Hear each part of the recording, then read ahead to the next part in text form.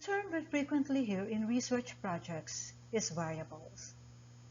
What comes to your mind upon hearing the word variable?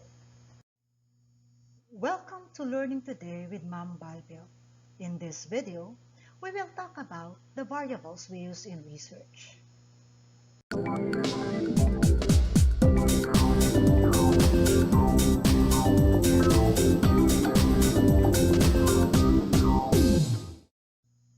The foundation of any research in quantitative is variable. What is variable?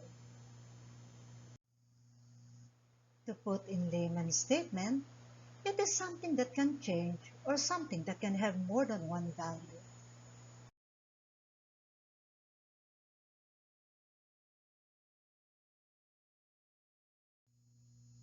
As the name implies, a variable is something that varies. Something like name, age, sex, and height. It may change from group to group, person to person, or even within one person over time. Variable is a characteristic or property that can take different values or attributes.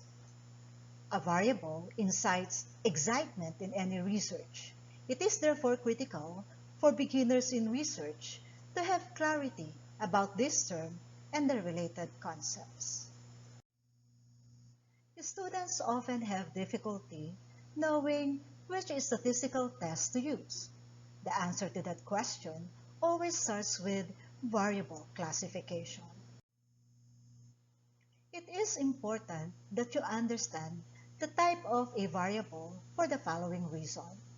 First, it lets you know what type of information is being collected. Second, it defines what types of statistical models are appropriate. And third, using those statistical model definitions, it will help you choose what analysis is appropriate for your data. For this reason, we will divide the lesson into two parts. Part 1 is classification of variables by their statistical type, and Part 2 is classification of variables by role.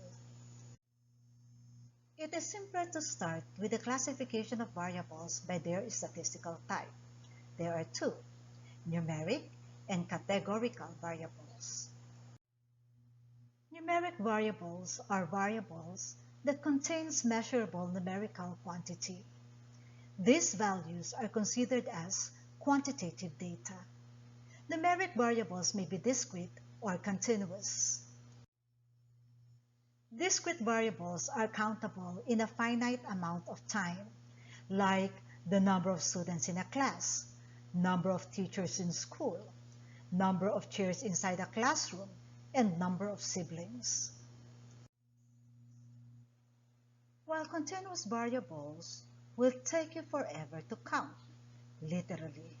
Examples of this are distance, volume, and height.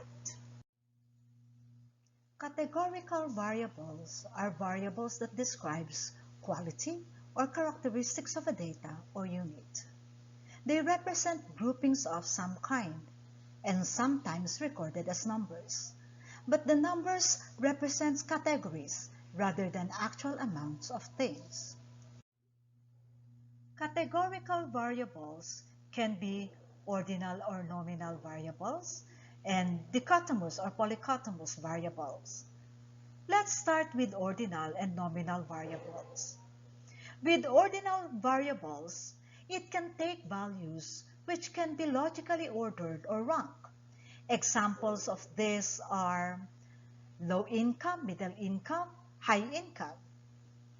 Strongly agree, agree, disagree, and strongly disagree. Nominal variables can take values cannot be organized in a logical sequence, like blood type, political organization, gender, and religion. Dichotomous variables can take only two categories. Examples are yes or no, true or false, urban or rural. While polycotomous are categorical variables which can take more than two categories. Example of this is educational attainment. The possible values for educational attainment are elementary, junior high school, senior high school, college, graduate, and postgraduate. Another example is religion. Another is blood group and academic performance. In categorical, variables can be ordinal polycotomous, like academic grades. The possible values for academic grades are A+, A, A-, B+, B, B-, etc. More than two categories, and values are logically ordered or ranked. A categorical variable can also be nominal dichotomous, like sex, which can take two values only, male or female, and there is no intrinsic ordering of the values.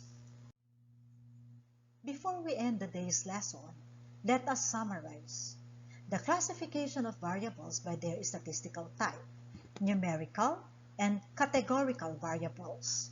Under numerical variables, we have discrete and continuous, while in categorical variables, we have four, ordinal or nominal, and dichotomous or polycotomous variables. We will end the first part of our discussion on the classification of variables by their statistical type. I am looking forward to see you again on the second part of the discussion on the classification of variables by rule. See you then!